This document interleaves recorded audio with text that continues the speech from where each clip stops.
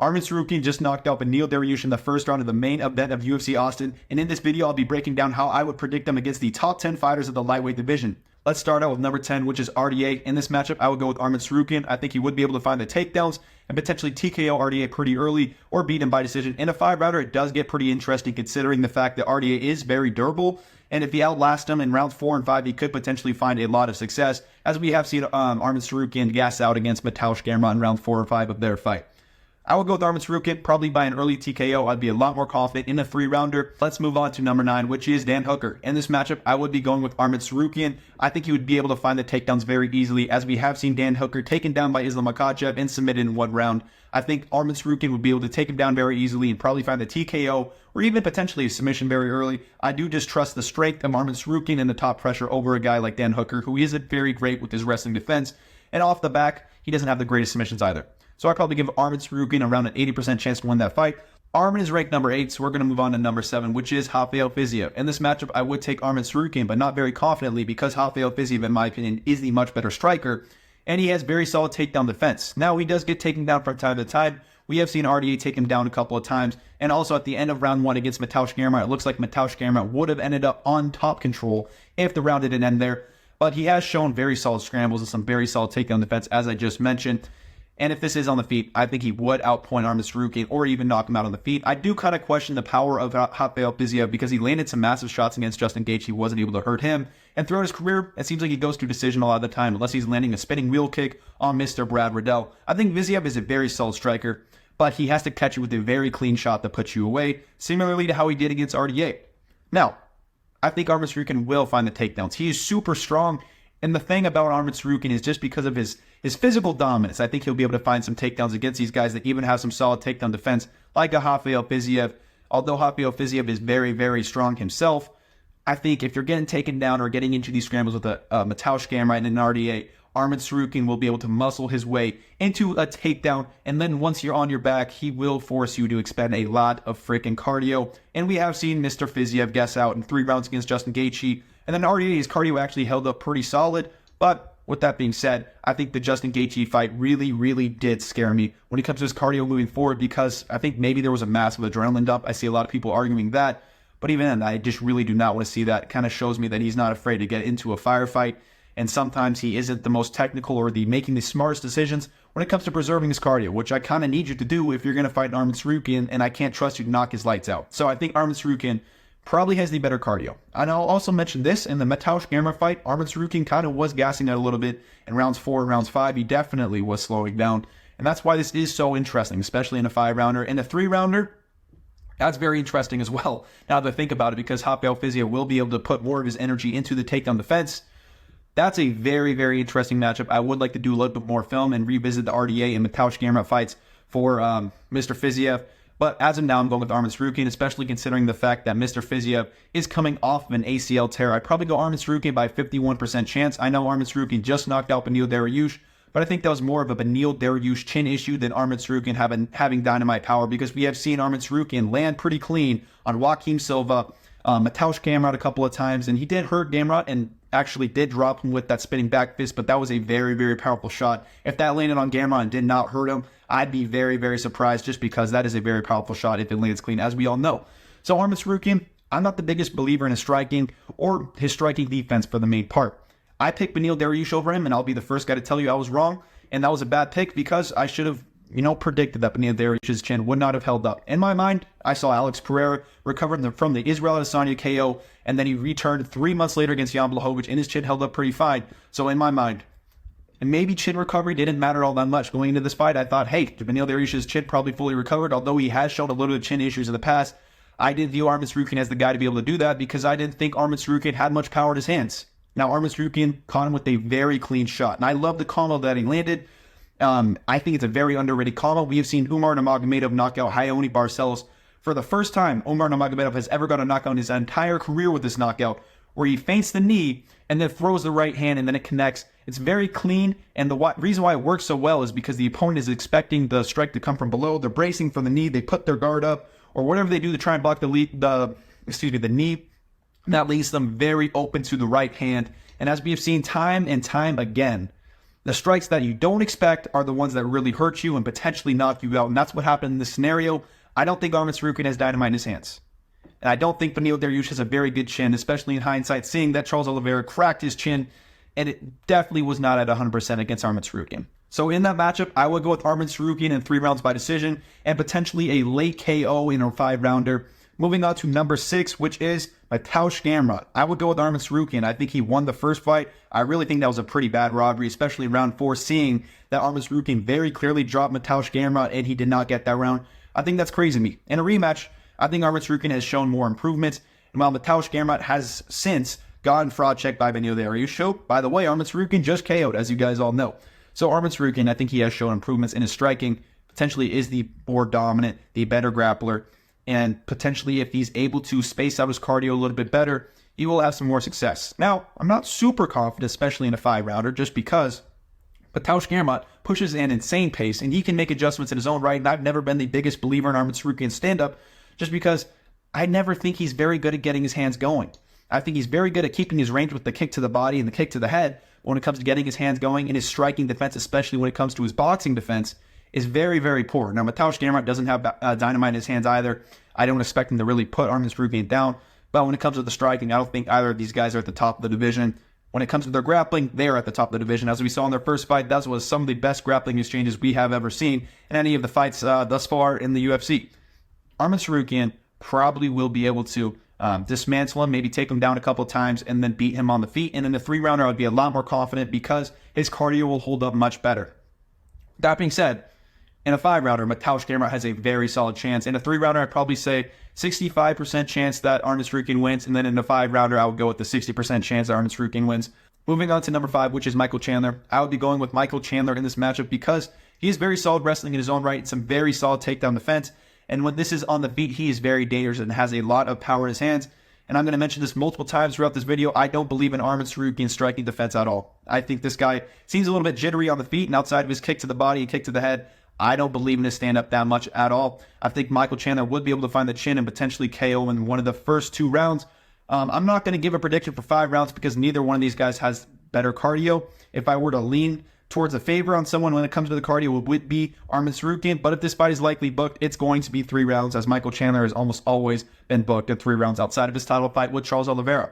With that being said, I think Michael Chandler will go out there, stop the takedowns, and blitz Arman Tsarukyan and probably KO him in round 1 or 2 up against the cage and find a very, very massive shot. I haven't seen great head movement from Arman Tsarukyan and boxing defense either. So Michael Chandler, I'd probably give a 51% chance to beat Arman Tsarukyan. Moving on to number 4, we have Beneil Dariush. This matchup just happened, so I'm going to talk about what we learned from this fight and why I picked Beneil Dariush in the first place. So first, let's talk about the matchup. What happened?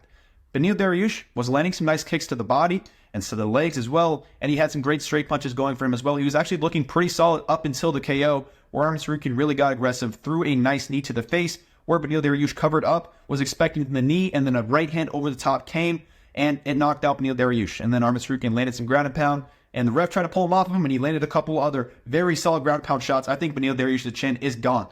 It's gone forever. Now, when it comes to the prediction standpoint, I didn't think Arman Tsarukyan was going to be able to knock out Beneil Dariush because we have seen Arman Tsarukyan land clean shots on Joaquim Silva and Mateusz Gamrot and not put them away. I know Arman Tsarukyan did drop Mateusz Gamrot, but it was a very powerful spinning back fist, whereas if you're not KOing someone off of that shot, or dropping someone off that shot, you probably just do not have good power and have pillow hands.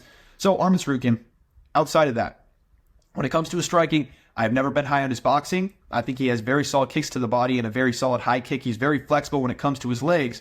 But his boxing, it always looks like he's just throwing strikes to maintain range. He's kind of fidgety, just throwing strikes, not setting them up at all. And I still stand by that take. We really have not seen much out of Arman Tsarukyan when it comes to striking, and it's a little bit unknown because outside of the Mateusz Gamrot fight, which is what I'm going to pull a lot of his striking, a lot of how I rate his striking from, just because I didn't think it looked all that good. People will say, well, he beat Mateusz Gamrot on the feet for most of the fight. That's Mateusz Gamrot. I'm not very high on Mateusz Gamrot striking either, to be honest with you. Mateusz Gamrot has gone dropped by so many fighters, including Jalen Turner. I don't want to go through the full list because we might be here for another 20 minutes, man. I want to say this. Arman Tsarukyan, very impressive combo. But if that fight goes later, I think there would be holes in Arman Tsarukyan's game that would be exposed. I think the leg kick was there from Beneil Dariush. The body kick was there. And he is so exposed to counters, and I'll tell you that right now, because when he throws strikes, he kind of blitzes in, puts his chin there, and there's no striking defense. If anyone could slip on the outside, land a counter left hand, which is what I was expecting Beneil Dariush to do, I thought Beneil Dariush was going to outpoint him for the last 3 rounds of the fight, because we have seen Beneil Dariush go 3 hard rounds with Mateusz Gamrot, where Mateusz Gamrot was pushing an insane pace. Mateusz Gamrot shot 20 takedowns, and he looked pretty fine after that. I was expecting Beneil Dariush to get one of the first 3 rounds, and then from there, I felt rounds 4 and 5 were pretty much his, just because he had the cardio advantage. It didn't make it that far, and that was because of the chin issues from Beneil Dariush. And like I said, I think Beneil Dariush is cooked from here on out. It's not going to take a very powerful puncher to put his lights out. And unfortunately for Beneil, this is probably where his career declines. He seems like a very, very solid guy, but it really hurts to see him go out like this. Very impressive performance from Arman Tsarukyan. I don't want to take away from what he did, but I'm not going to be the guy saying he's improved a lot when all we saw is him knock out a very chinny guy, in my opinion, with a very, very solid combo. But with a guy like Arman Tsarukyan, the later the fight goes, the more holes in his striking that will be exposed, in my opinion. Moving on to number 3, we have Dustin Poirier versus Arman Tsarukyan. In this matchup, I'm going to be going with Arman Tsarukyan. I think he'll be able to take down Dustin Poirier, because we have seen Dustin Poirier get taken down multiple times throughout his career, and he probably will get ragdolled either to a decision, getting TKO'd, or submitted. I think there are holes in his grappling game, and Arman Tsarukyan has a very good top pressure, and I don't think Dustin Poirier will have a very easy time getting back up to his feet, and if he does, he's just going to get taken down again. Now, if he can stuff the takedowns or keep the fight on the feet for long enough, he definitely can chin Arman Tsarukyan, because he is the better striker, and he has a lot of power in his hands. But when it comes down to it, especially in 3 rounds, I see Arman Tsarukyan potentially finishing him, or just overall dominating him. In the 3-rounder, I probably would say a 70% chance he beats Dustin Poirier, and in the 5-rounder, I'd probably say a 65% chance, because Dustin Poirier does have the better cardio. Moving on to number 2, we have Justin Gaethje. In this matchup, I'm going with Arman Tsarukyan. In a 3-rounder, I'd probably give him a 65% chance, and in a 5-rounder, I give him a 60% chance. As the fight goes later, especially in a 5-round fight, I do favor Justin Gaethje, as he has some very solid cardio, and if it goes later, that probably means he's able to stuff the takedowns or potentially survive on the ground. And when the fight is on the feet, he is dangerous. He's got power in his hands, and he can absolutely knock out Arman Tsarukyan, because he is a dog. He can take some very solid shots on his chin, and he can connect with Arman Tsarukyan's chin, and if he does, he can absolutely KO him. We have seen Arman Tsarukyan get KO'd before on the regional scene, and we have seen him get hurt before by Joaquim Silva. Justin Gaethje can put his lights out, but when it comes down to it, Justin Gaethje more than likely will get taken down by the top grapplers of the lightweight division, and I put Arman Tsarukyan in that category, and I think his strength will be a big factor in him finding the takedowns of some of these top lightweights, such as the Justin Gaethje's, Dustin Poirier's, Rafael Biziev's, and these other guys that I am picking him against. Because just look at the guy, bro. He is just stacked, man. He is so freaking big, and you see the way that he slams down his opponents, the way that he finds his takedowns, you can just tell how strong this guy truly is. And his top control really is good. I think Justin Gaethje is lacking with the jiu-jitsu, so I can see submission, TKO, or decision victory for Arman Tsarukyan. Moving on to number 1, we have Charles Oliveira. In this matchup, I'm going with Charlie Oliveira. The reason being is we have seen him nullify the striking from opponents once they're on top of him against Beneil Dariush and Islam Makhachev. He's very good at tying up the hands, and we have seen Joel Alvarez do the exact same thing to Arman Tsarukyan. Now you're going to bring up Joel Alvarez was KO'd by Arman Tsarukyan, and he landed a nasty elbow on Joel Alvarez.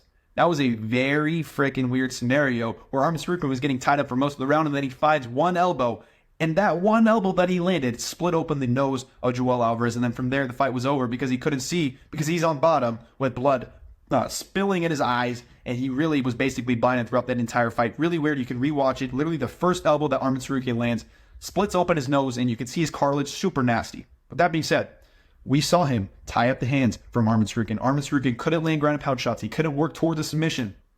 And I think eventually Charles Oliveira will be able to do that, but he's very good at eventually finding the time to get back up to the feet, explode back up to the feet, and when it's on the feet, he is very dangerous, and he's a very solid striker, and is super, super dangerous, and will land very solid shots on the chin of Arman Tsarukyan. We have seen him get dropped, knocked out before, like I have said, and I think Charles Oliveira will be able to walk him down eventually, and find the KO pretty early, potentially submit him as well, as we haven't seen Arman Tsarukyan's jiu-jitsu tested. I think Joel Alvarez could have been a very, very interesting matchup for him, but that really weird scenario played out where he got a bunch of blood in his eyes and his nose was split open. He really couldn't see from the bottom.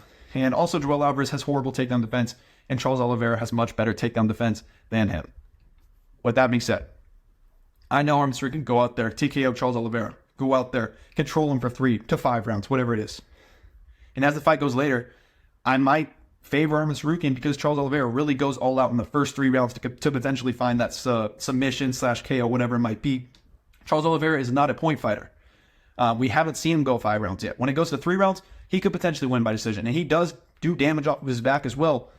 I just generally do not believe in the striking defense at all from an Arman Tsarukyan. And the difference between an Arman Tsarukyan and an Islam Makhachev is probably the most defensively sound striker in the entire lightweight division. And that's why it's so hard for Charles Oliveira to beat him on the feet. Because Charles Oliveira is so offensive that when Islam Makhachev, who's a pretty solid counter striker and also has very solid counter grappling, where in striking exchanges, Islam Makhachev is very good at blasting singles, doubles, whatever it might be, but blasting takedowns, finding the takedowns within very, dangerous striking exchanges. We saw it in the Volkanovski fight, a little bit in the Oliveira fight, and also Makhachev is a very solid wrestler, probably on par with Arman Tsarukyan. If you haven't seen the wrestling matchup way back in the day, go and watch it because it's one of the best grappling fights of all time, if not the best grappling fight of all time. So much fun to watch the wrestling between those two.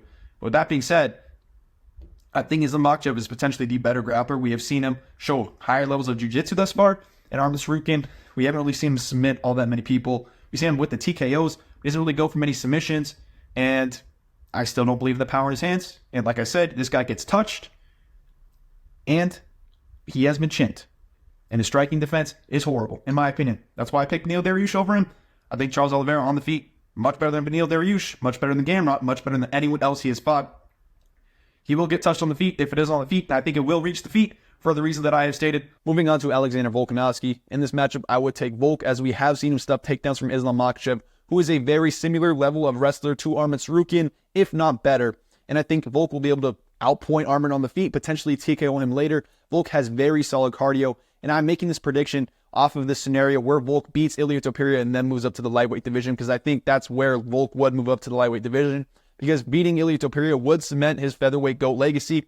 And then from there, he moves up to the lightweight division and sees what he can do. So from there, Volk would have enough time to recover after his KO loss to Islam Makhachev. I would still have some chin worries, but I do think he could hold up, potentially stay out of range from Arman Tsarukyan. And while the high kick is there, I don't think Arman Tsarukyan sets it up all that well. If he's not going to knock Volk out with it very early, I think Volk will see it coming because Arman Tsarukyan throws it way too often for Volk not to make that read later in the fight.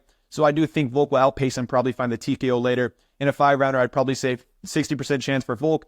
In a 3-rounder, I'd probably say 51% chance for Volk because Arman can go crazy for the takedowns if it is a 3-rounder. And if he really pushes an insane pace on Volk throughout 3 rounds, that can be a very big problem for Volk because I think Volk's style is very good in a 5-rounder, but in a 3-rounder, it's much more dangerous for him. Let's move on to the champion of the division, which is Islam Makhachev. In this matchup, I would go with Islam Makhachev pretty confidently here. The reason being, I think the grappling will cancel out, or they'll get to similar grappling exchanges as we saw before. I think Islam has better jiu-jitsu, and he is a much better striker than Arman Tsarukyan.